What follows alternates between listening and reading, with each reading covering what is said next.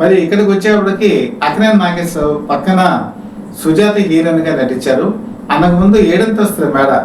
ఒక విధంగా చెప్పాలంటే 1975 నుంచి 1981 వరకు అక్కినేని నాగేశ్వరరావు నట జీవితంలో ఒక మంచి బ్లాస్ట్ హిట్ ఇచ్చిన సినిమా ఏదంటే ఏడంతస్తుల మేడ. ఏడంతస్తుల మేడలో సుజాత నటన, వాళ్ళిద్దరి కాంబినేషన్ కూడా ప్రేక్షకులకు నచ్చింది. కాబట్టి ఈ సినిమాలో కూడా ఆ జంటనే రిపీట్ చేశారు. సుజాత 1978 సంవత్సరంలో గోరింటాకు సినిమా ద్వారా హీరోయిన్ గా రంగప్రవేశం చేసి తెలుగులో ఒక దుమారం రేపుతోంది. అదే టైంలో మరి శ్రీదేవి సూపర్ స్టార్ కృష్ణ పక్కన జోడీగా నటించింది. అప్పటికే ఆవిడ హిందీ సినిమా రంగప్రవేశం చేయకపోయినా కూడా తమిళంలో బిజీగా ఉన్నారు, తెలుగులో బిజీగా ఉన్నారు. చాలా బిజీ హీరోయిన్ గా మంచి వెలుగు ఉన్నటువంటి ఆవిడ అప్పటికి ఇంకా ఆవిడ ప్లాస్టిక్ సర్జరీ చేయించుకోవాలి. కాబట్టి ఆవిడ ఒక మంచి లుక్ తో ఉన్నారు. అంటే ప్లాస్టిక్ సర్జరీ తర్వాత ఆవిడ నార్త్ లుక్ వచ్చింది అనుకోండి, అందుకని నేను చెప్తున్నాను.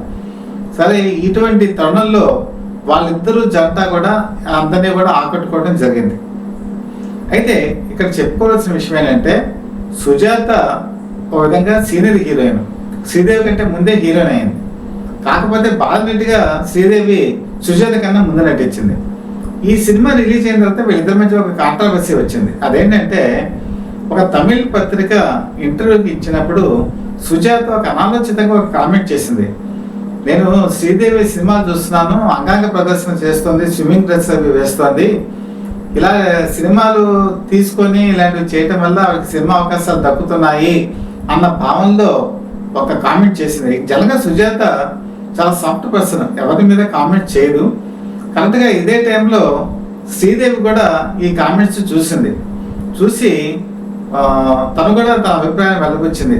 సుజాత కూడా తన సినిమా రంగ ప్రవేశం చేసినప్పుడు తను కూడా బికినీలు అది వేసింది, తను కూడా స్కర్ట్లు అది వేసింది, తను కూడా ఏమి తక్కువ తీసుకోలేదు కదా, అలాగే ఇంకోటి గురించి కామెంట్ చేయడం కరెక్ట్ కాదు కదా అని ఆవిడ కూడా రిటార్ట్ ఇచ్చింది. అంటే ఈ సినిమా ఇంకా రిలీజ్ అయిన ముందు ఇదంతా వివాదం.